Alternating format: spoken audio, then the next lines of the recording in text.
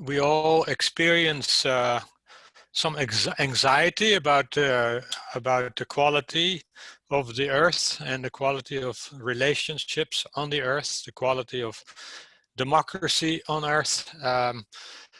There's lots of pressures, and the pandemic is only accelerating some of these pressures and forcing humanity to take a hard look at how we live on this earth.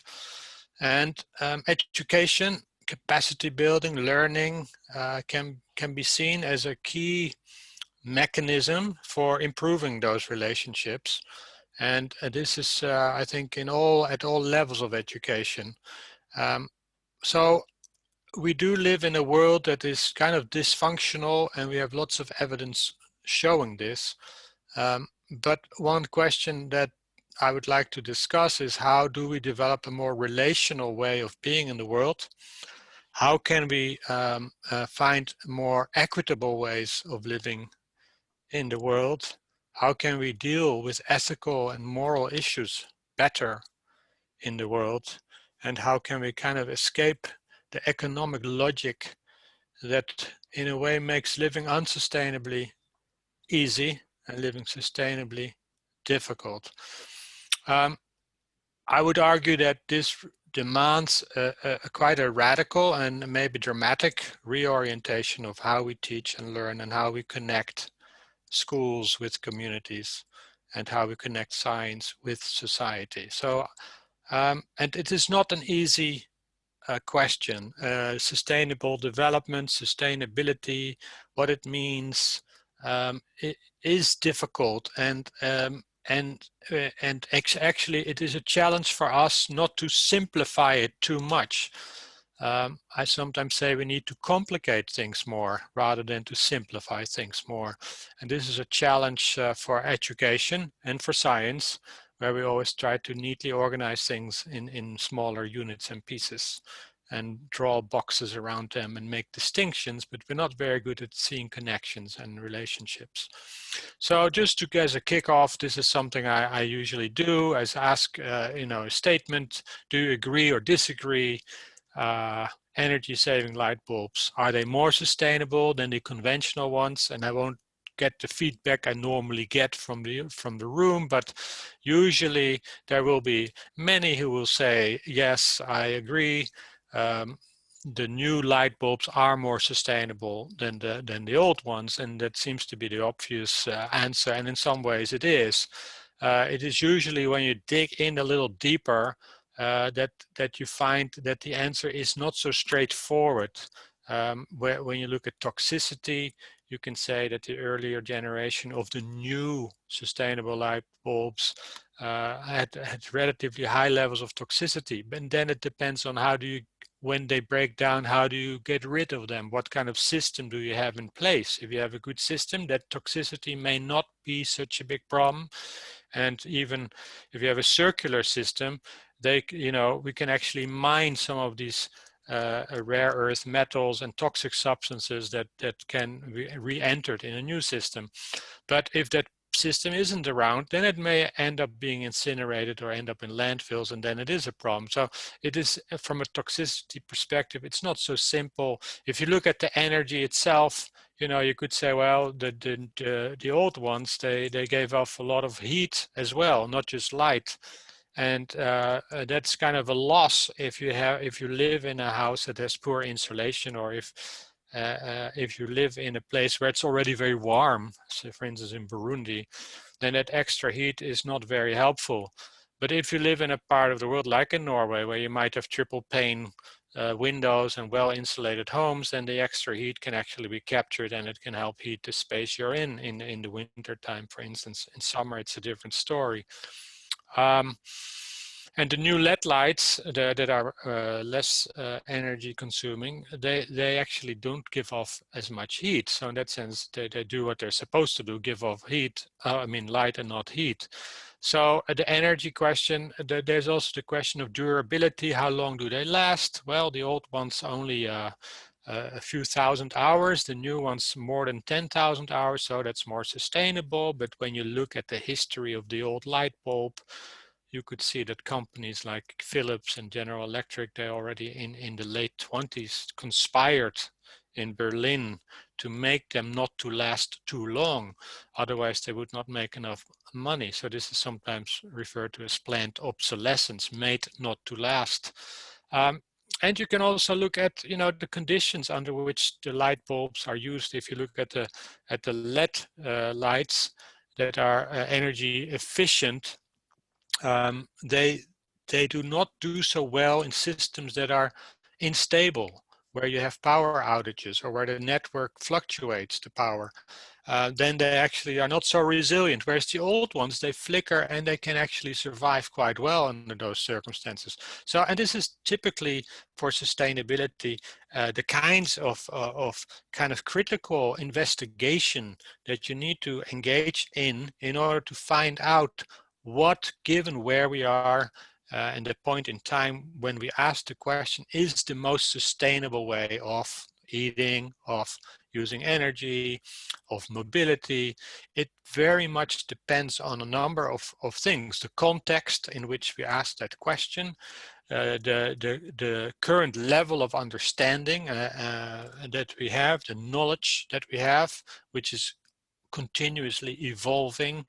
And I think it's good that sustainability also, and learning towards sustainability, that we must recognize that what we might think is sustainable today may not turn out to be so sustainable tomorrow. So it's not like teaching about photosynthesis. It is in a way inevitably vague, ill-defined, which is not to say that we know very little. We know an awful lot, and we have lots of evidence that the Earth is suffering from the way we live. And we can look at the IBES when it comes to biodiversity, IPCC when it comes to climate change. Overwhelming evidence that we are in trouble and that humans' behavior is causing that. So here are some questions that are similar. There have no easy answers to these questions. And in that way, learning for sustainability and education for sustainable development, it's an iterative searching process that needs to be driven and guided by a moral compass of an ethic of care, concern for others, for the future, and also other species. So this is not easy in terms of how do we teach, learn, and educate about these kind of wicked, inevitably ill-defined, or attractively vague, because in a way from an education point of view, it's attractive that we need to give it meaning and that we need to figure it out together in a kind of search that requires the involvement of many stakeholders. Okay, let me move to another way of looking at the role of education in today's world. Kate Raworth, the economist from the UK, speaks about the donut economy. Some of you will have heard of it, where she says we need to learn to live within that safe space that is between the ecological ceiling, that is the carrying capacity of the world's ecosystem, that we need to remain within. That has to do with the climate, it has to do with the quality of water, it has to do with the biodiversity around us. We need to have a minimum stability of those systems. If we disrupt them, they might spiral out of control and we can no longer support life on Earth, or maybe for some species they might survive, but humanity and many other species, we've already lost many species, will not be able to survive. And then we need to have a social foundation, which has to do with health, which has to do with democracy, participation, networks, access to food, water, social justice, a fair income. All these things, they are the foundation for a good life. So how to develop an equitable, healthy lifestyle within ecological boundaries, and how can we have a more regenerative and distributive economy rather than one that is based on continuous growth. That is a challenge, and the Sustainable Development Goals, they kind of fit in this donut. Some are more at the heart, more referring to the social foundation, and some are more on the outside, having to do more with the ecological ceiling. And education is one of the social foundations, and you could say that SDG 4 and maybe SDG 17, partnerships for the goals, are the two SDGs that are not connected so much to, say, people, planet, prosperity, but they are processes, mechanisms that you need in order to realize all the other SDGs.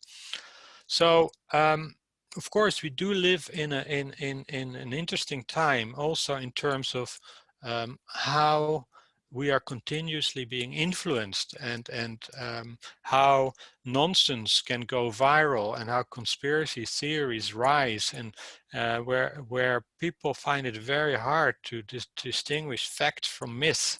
So this critical digital literacy is becoming more and more important, and this cartoon kind of illustrates some responses to climate change, the denial, from the denial to the finally accepting it when it's often too late, and the kind of well, the kind of myths that are used to make people distrust science, or to reject science altogether, and to find a reason not to change. People tend to look for reasons not to change the way they live, and look for confirming evidence for not making any changes, and kind of denying evidence that would require a change. So these are also psychological mechanisms and processes that we need to be aware of in education in the context of sustainability. And then there's also the tendency towards domination and power in conversation and dialogue, where the ones who have the loudest voice, or are the most clever in using their words, or othering, putting people in lumping people in groups, and stereotyping them, which can lead to this polarization that we're also experiencing today. And this cartoon kind of illustrates that, and we see lots of that happening today too, also in the response to COVID-19 and Corona at the moment, where we also find that many people in times of distress, anxiety, they're more leaning, or more sensitive, and maybe more eager to listen to comforting lies than to hear unpleasant truths. So this is something else that we need to be aware of. How do we deal with anxiety, stress, and misinformation? One excellent, and I'm just referring to this as kind of an advertisement, you might say, the Netflix documentary that just came out, The Social Dilemma, makes a very powerful case, or very convincingly shows how our lives are being controlled and manipulated by technology. And I recommend people watch that. These are people who used to be high in Twitter, Facebook, um, and LinkedIn, and they see how the system works, and how people are being continuously distracted by technologies, and as a result have no time to have deep thoughts, to reflect deeply, and to engage meaningfully in the issues that affect us all. And that's part of a kind of a mantra, and this is maybe economics, but we do live in most parts of the world in a system that wants us to develop ourselves as individuals, that wants us to grow personally. Personal growth has almost become an industry, to make sure that we take care of ourselves, or our family, or of our country. It's very much self-centered.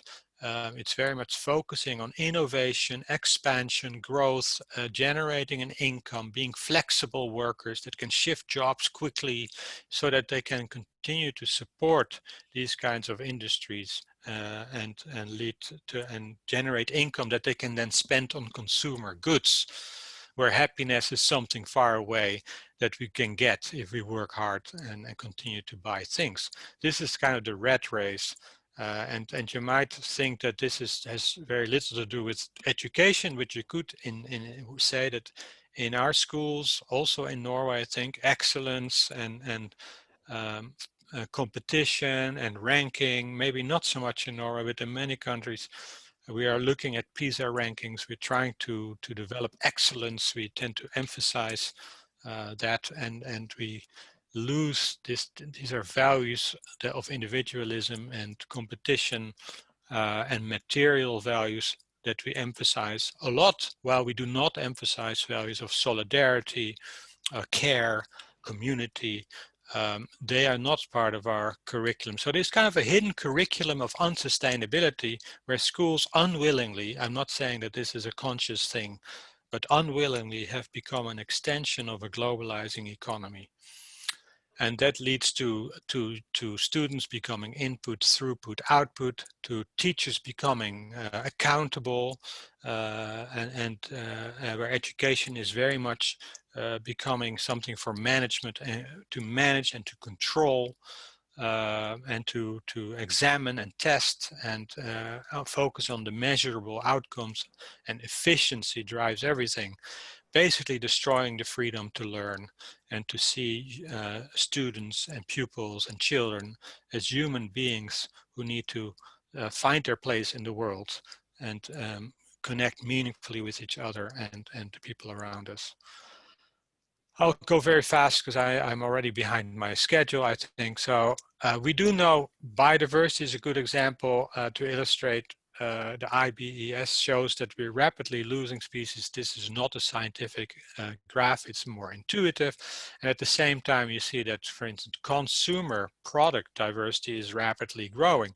If you go to the store, any store in any country, and you go and you look at hair products or deodorants or sunscreen or any product, you find enormous diversity, and a lot of, you have to think, a lot of this innovation and the marketing and the kind of differentiation in products comes from people who've received education, and some of the smartest people work for companies in these innovation and research and development units, and their task is to generate new products and to attract new customers to these products. So a lot of brain power is used to accelerate unsustainability.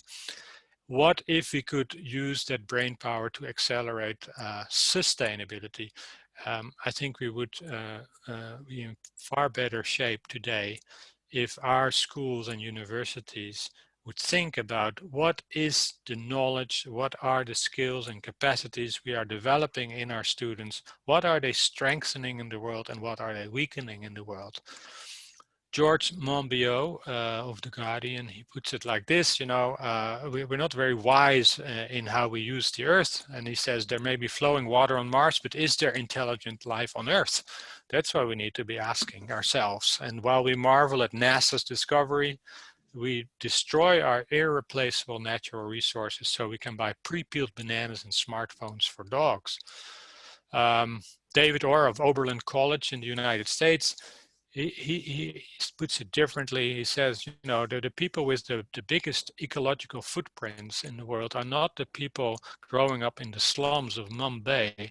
They're the people with bachelor's degrees, master's degrees, and PhDs. The most educated tend to have the biggest ecological footprints. So what does that say about what education does or strengthens? It's provocative. I realize there's also a lot of good work being done in education, and a lot of people who think education can do very different things. And I see good examples of that, and we'll get to that in a minute. I'm going to skip this, but I will say that a lot of young people today, also in Norway, are worried, are concerned, feel that schools are not preparing them for the world that in a way we're already in, but certainly not for the future that is coming. And we're doing them a disservice if we fail to engage them meaningfully in these issues, and not just, and that also means hopefully, with hope, because doom and gloom won't save the world either. So we need to think about reorienting our schools, our education. We can no longer engage in business as usual. We need to rethink the economy, and education as usual is also not an option.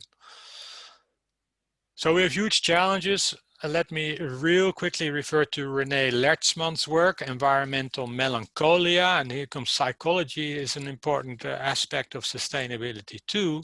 And she says that if we listen more deeply and focus more on invitation instead of persuasion and fear-based appeals, as we tend to do right now, we can build deeper coalitions and collaborations that cross political and ideological boundaries. She talks about psychic numbing when people feel overwhelmed and become very anxious about the future. And that leads to the kind of melancholia, feeling of deep loss. And if we don't connect awareness of what's happening to the earth and what's happening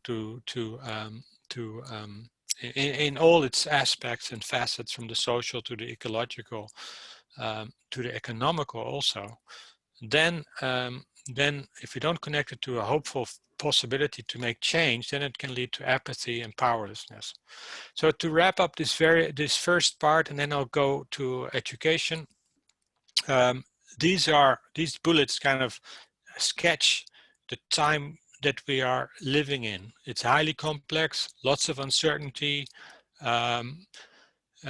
wicked issues that do not have one or clear-cut solutions that we need to figure out in a kind of co-creative search. There's confusion, ambiguity, extinction of truth, lots of forces in society trying to create doubt, cultivate doubt in hope that people will not change, that the current system can be maintained. And we must recognize that the current system is highly resilient. So resilience can be a bad thing too. We often hear about resilience as a strong quality, but it can also be a problem when it maintains systems in place that are inherently unhealthy and unsustainable.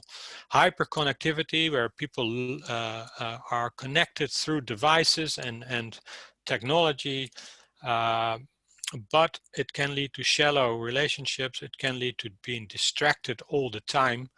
And also it leads to a loss of place as we are connecting with our technologies, as we have a lot of screen time and we lose our green time. We also lose that connection with place. And if you don't have that connection, why would you care for it? So this is also an issue we need to be addressing. And then there's the highly resilient economic logic that we need to kind of disrupt. And that is quite a radical thing. And unfortunately, schools of businesses are also beginning to see this finally, and are kind of rethinking old conventional growth-oriented models. So we see distributive economies, we see regenerative economies rising. The apocalyptic futures, where we feel stress, guilt, fear, and despair, are emerging rapidly. How do we create a culture, a pedagogy of hope against this culture of fear, is another big question. And one thing is, since we do not have definitive answers and we need to continually ask and recalibrate what is sustainability given where we are, who we are, and the point in time that we live, we need a reflexive society where we always are looking for a more sustainable way of living, where we may never reach that point. And that's, so it's in some ways it's a continuous search. Okay, I'm going to skip. I'm going to move to education. How do today's students and teachers and schools deal with these kind of wicked issues that affect the whole human being, the whole body, the whole earth, and require a different way of connecting and relating. So first, very basic, what is education for? We always need to ask that question. Gert Wista, Dutch pedagogue, he talks about socialization, qualification, and subjectification. I've added eco to that. Socialization has to do what do we find important in society? What is worth sharing with future generations? It has to do with culture, identity, but also with certain values that we find important and that we agree upon.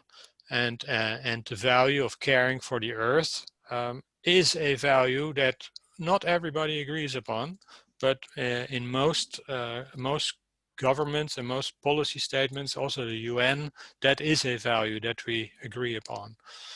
Qualification has to do with the competencies, the skills, that we need in order to function well in life and in our professional life. So what are, and the eco qualification refers to the kinds of capacities that help us become more sustainable, dealing with uncertainty, systems thinking, um, dealing with values and ethics, being critical, asking critical questions. That all has to do with sustainability in a way. And eco-subjectification, that has to do with the individual becoming, unfolding, creating space for someone to become who he or she wants to become, not becoming whom Facebook or social media want you to become or companies want you to become. No, the intrinsic you. Can we create in schools and universities the space for individuals to become who they can be and want to be? That has to, and the task of subjectification and socialization in some ways has been marginalized at the expense of qualification in many schools and universities. So we need more balance there as well. Bildung, some of you will be familiar with that concept. Bildung as a transformation process is a form of educating, learning that considers the whole human being, but also considers these three elements that Gert Biesta sketches. Sustainability building has to do with these 5 areas that are all critical, from the values and the ethics and the moral questions and the moral reasonings that many schools and teachers are quite uncomfortable with. Even recognizing that there are already many values hidden in the curriculum and in the way we organize schools and universities, that is a part of this, kind of becoming aware of that. Utilizing diversity and dissonance, inviting differences, is critical for becoming creative, to generate new ideas. If we're only learning in a bubble of like-minded people, we're not going to really learn a lot. Agency, transformative capacity, enabling young people to try things out, to make changes in their own lives, in their own community, learning from the attempt, what's working with you, what's working against you, and experiencing change. And that participation can lead to a change in the system, opening up possibilities in education for active participation is a part of that. Understanding the difference between a change, an optimization of a current system, and a transition, which requires a whole new way of thinking, different assumptions, different values. And often when we talk about sustainability in education, there's also a lot of cosmetic reform where we add things onto the system, but we're not really rethinking the system. It's a little bit like, I sometimes use this metaphor, rearranging the furniture on the Titanic. We're not really changing the system. And so thinking about what is a transition and what is an optimization, and are we optimizing a system that is actually sustainable, or are we optimizing a system that's not sustainable? This is, and transition thinking, transition management, it's a whole new field that can help inform this area. Boundary crossing and systems thinking, I already said this, and it connects with this picture. We're very good in education in reducing the world into smaller units, into disciplines, in boxes, in categories, in drawing boundaries, making distinctions, but we're not very good in seeing connections, building community, and seeing relations and interdependencies. And we're not born that way. In early childhood, we see children who see the world as the world unfolds in front of them holistically. And in some ways, you can say that the longer children spend in education, the more they lose that ability.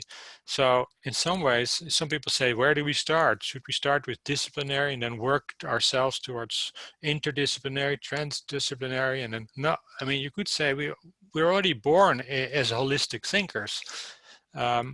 But we lose that capacity in part, in a big part, because of the way we have organized education. So how can we balance this disciplinary way of thinking, which has also brought many good things? Engineering mindsets have created lots of innovations that we benefit from as I speak to you right now.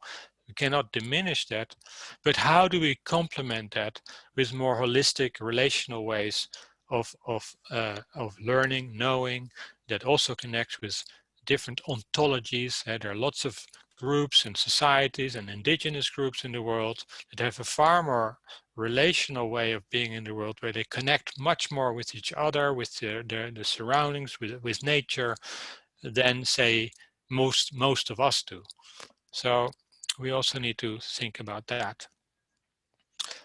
Quick example, how do we do this in practice? Now, I realize people come from different education levels maybe, but this example, I call it critical sustainability investigations, CSI. A lot of young people watch that show. CSI, that, you take an everyday object like a smartphone and you ask a few questions. Simple questions, although if you dig in, they're not so simple. What's it made of? Where does each component come from? Ask students to bring old smartphones that they have lying around at home, bring them to school or to the university, doesn't matter really. And you'll get many of them, and let small groups pick one and ask these questions. Give them the tools so that they can take it apart, and that they can and they can use their smartphone even to look up certain things or use the internet. Or you can say some groups can use the internet, others cannot, and just see what comes out. It's very interesting to observe the differences between those groups, but that's another story. And then, how does it affect our lives, the use of the phone? What does it do to us? How does it affect the lives of others? And how can, this is the possibility to make change, how can smartphones contribute to sustainability? And also, how can they be made more sustainable? And if you do that, then you have some questions that focus on understanding, some focus on meaning, and some focus on design and action. And these are three critical components, I think, in sustainability education. And when you do that, and I'll go very quick, when you take it apart, this is maybe for physics interesting, the different components, the different functions these components have, but also, and this is maybe more chemistry, the elements that you find in the phone. What are the rare metals, and some are not so rare, some are very rare. That also brings geopolitical questions in about the control of these minerals, and you get to the mining and how they are mined and how people work in the mines and the conditions they work under. What parts of the world do they come from? And I go very fast now. And the mining, of course, that also has to do with biodiversity. The mines affect biodiversity. They affect the quality of the water that cannot be accessed anymore by local people sometimes. And people often are exploited in those communities, and only a few companies make a lot of money, and the heads of those companies are very rich. So it also has to do with wealth inequality. So it connects with so many aspects. In some ways, you could say that the whole sustainability puzzle is in your smartphone. And I could have also taken a pen or a cup or anything else and asked those same questions. Meaning has to do with how it distracts us, how we are maybe connected to 5G networks, but we're not connected really to the world around us, to our own children anymore.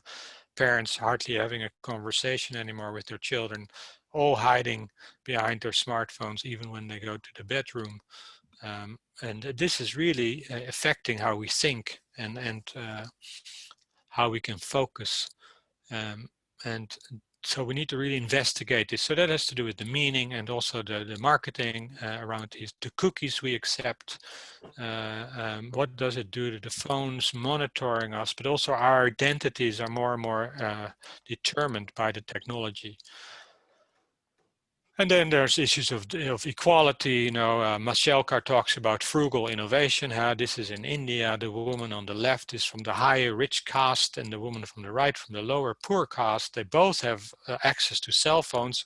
The access to the cell phone is equal. It's almost as easy for the rich woman to get that phone in a mall, glitzy mall, as it is for the woman on the right to get it on the street. So the access to the phone is equal, but if you look at the portion of the income going to the phone, it's a lot higher for the woman on the right, a huge portion of the income, but they're equally addicted to the technology. So in some ways it creates a very unfair distribution, while the money left over for food, for other things is minimal for the woman on the right, and it's still quite high for the woman on the left. And then we can also look at the end of the chain, of course, what happens to these old phones, what happens, are they dismantled, are they incinerated? In many parts of the world they try to get the metals out by burning them, and there are stories of young people who've developed the sense, they can smell certain metals based, and they know exactly at what temperature certain metals will melt and can be harvested. This is obviously not very healthy, and it is very entrepreneurial, and it is, you know, it leads to a living, but it doesn't lead to a healthy and sustainable way of living. So we also need to look at the end of the chain and ask the question, how can we create a more fair phone? This is the last part of this, the design and action. This is from the Fairphone company, and they look at all these stages in a phone and how can we make the metals more conflict-free, fair, the work conditions in the mines, what mines are more sustainable in that sense. And you can go through this and make it an interesting design component. Or you can also look at how can we use apps, how can we use the phones in citizen science projects to monitor biodiversity or air quality. How can we connect, share data with each other using the phone. So the phone and the apps that we develop can also be developed not for entertainment and to make our lives easy and more efficient. They can also be used to become critical investigators of how our world is being affected by how we live, but also how we can positively influence that world. So I'm going to get to the end. We need to transition towards a more sustainable world. This does require rethinking the way we teach and educate. This does require a more systemic look at education, where we look at the whole school, where we look at the whole university, the whole institute, and I'll say a little bit more in a minute about this, where we start rethinking some fundamental assumptions and principles and values upon which we have built our current lifestyles. And fortunately, we see lots of transition movements towards local food, local energy cooperatives, sharing economies. We see more greening of school grounds, greening of cities, rethinking of mobility, and maybe the COVID might help with that rethinking of mobility. And this is an interesting question, whether it does or whether it will bring us back to the old normal, or whether we can create a new normal that is more sustainable than the old one. This is, I'm not so sure about it yet, but that could be a conversation. And a school that breathes sustainability, where sustainability is the new normal, where it is actually obvious that we need to connect with the outdoors more. And I know in Norway, a lot of people are connected to the outdoors, but also there, not everybody is connected equally. And I also know in Norway, the new curriculum does have sustainability and citizenship as one of the pillars, and in some ways might open up more possibilities for this type of education, where there is also more space for democracy, student participation, where we rethink how we test and assess, where we also pay attention to social emotional aspects of learning and being, not just the cognitive, where we connect more with food, where we have healthier canteens, where we also think about sustainable energy in the school itself, not as something we commission to an outside expert, but something that we make part of our own investigation. Where do we have our roof? What kind of roof do we have? How can we orient it? How many panels do we need? Chinese panels or German panels? Which ones are the ones that the school can use, and make that part of the investigation so that there's ownership of whatever comes out, even if they choose to do something else. Make it part of the conversation, make it part of education. And then you get a whole learning system where we still learn to read and write and do mathematics and social studies and biology. It's all there, but now it's in a rich context that can also be much more motivational. Have a repair cafe in the school where Friday afternoon students repair things. Have a market twice a year where you can sell the things the students have repaired and use the money maybe to buy these solar panels, or have a committee decide on how to spend that money. So connect with local farmers. There's lots of possibilities to do this, and the SDGs are all part of this. You can see the SDGs connect with virtually all aspects. And sometimes people ask me what SDG connects to, for instance, that phone activity, or which SDGs connect most. And my answer is always, the point is not what SDGs connect to this, the point is how does each SDG connect to this. So to take the phone as an example, what does the smartphone have to do with gender? Well, if you don't see that connection, you must find it, because there is a connection. If you go to the factories where they make these phones, you will find mostly women working in them. And if you also find men, then you need to look also at who gets paid more, the men or the women. So there's a lot of detective work to be done there, and then you will find that there is a link to gender. So the point is, how do we connect all of these SDGs to everything we do? And this is difficult in a system that is very much disciplinary oriented, where people are trained to in didactics of biology, for instance, which is not to diminish biology, not at all, but it is saying we need to also find people who are actually experts in seeing connections, and we need to have possibilities, the freedom to engage in these types of projects that bring together different disciplines in a meaningful way. So we need a whole system approach, you could say, where we look at the curriculum and the content, if it's still up to date, where the curriculum is not frozen, but a conversation, where we also look at new emerging topics, biomimicry, cradle to cradle, the SDGs, where do we find it? We look at professional development of teachers, but also of school leaders and of people cleaning schools. You know, it's all part of the same system. They too need professional development when it comes to sustainability. New forms of assessment, citizen science, how do we connect with that? That requires professional development. Connecting with school and community, the world of work, the world of governance, connecting with the local bike store, having a workshop on how to fix bikes, you know, once or twice a year, and then the repair cafe where they will also repair bikes, learn something. That means connecting with local entrepreneurs, local businesses. So rethinking the relationship between school and community, or university and community. Practicing what we preach. If we do talk about sustainability, health, equality, democracy, then we need to also critically look at how do we do that ourselves in our schools. Are we really a living example? Are we a microcosmos of a more sustainable world? Can the school be the beating sustainability heart of a community? That I think we also need to do, otherwise we are basically hypocrites. We're inconsistent. And so we need to also be critical of that. And then finally, pedagogy and learning, new forms of learning, place-based learning, social learning, transformative learning.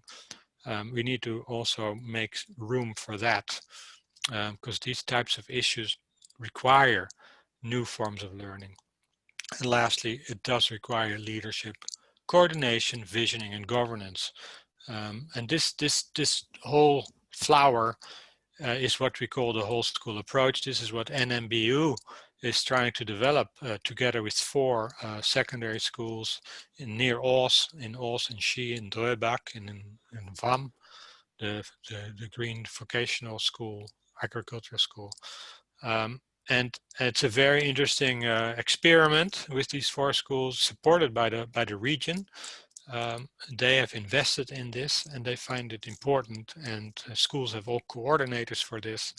and the faculty of education is supporting them in developing this.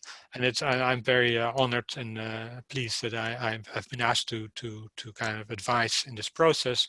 And we also have PhDs, 2 PhDs who just started up researching how this is happening, what's working and what's maybe not working. To end, I've talked long enough, sorry.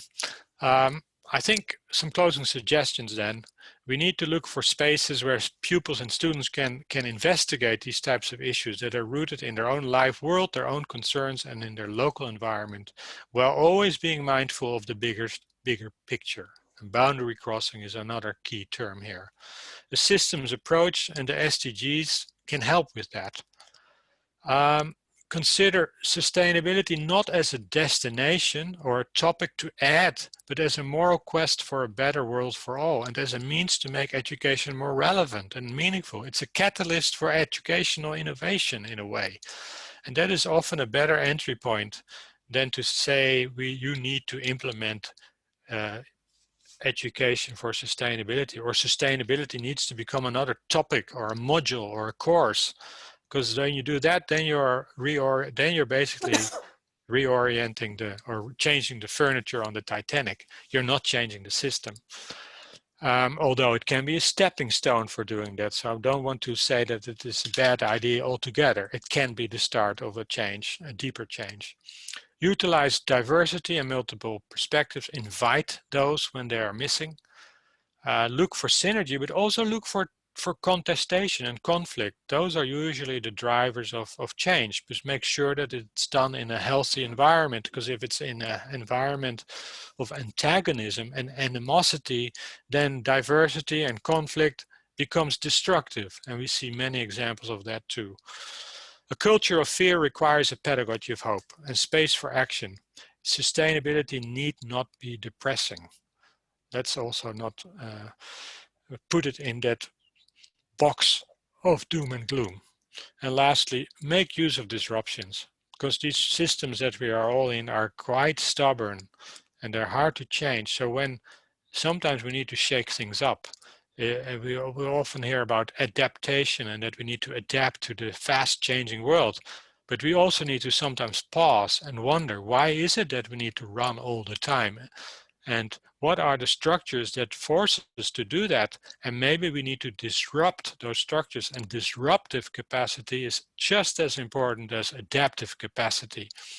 And maybe the COVID is a disruption, but again, it might help us change the system, or it might amplify or strengthen the old system. I'm not sure there yet.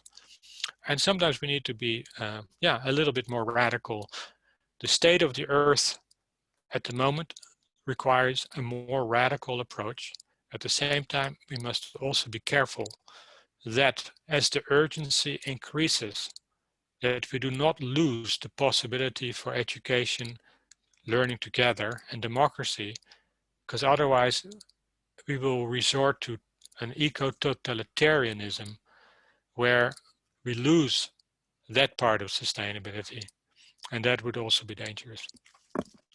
So that's it for me.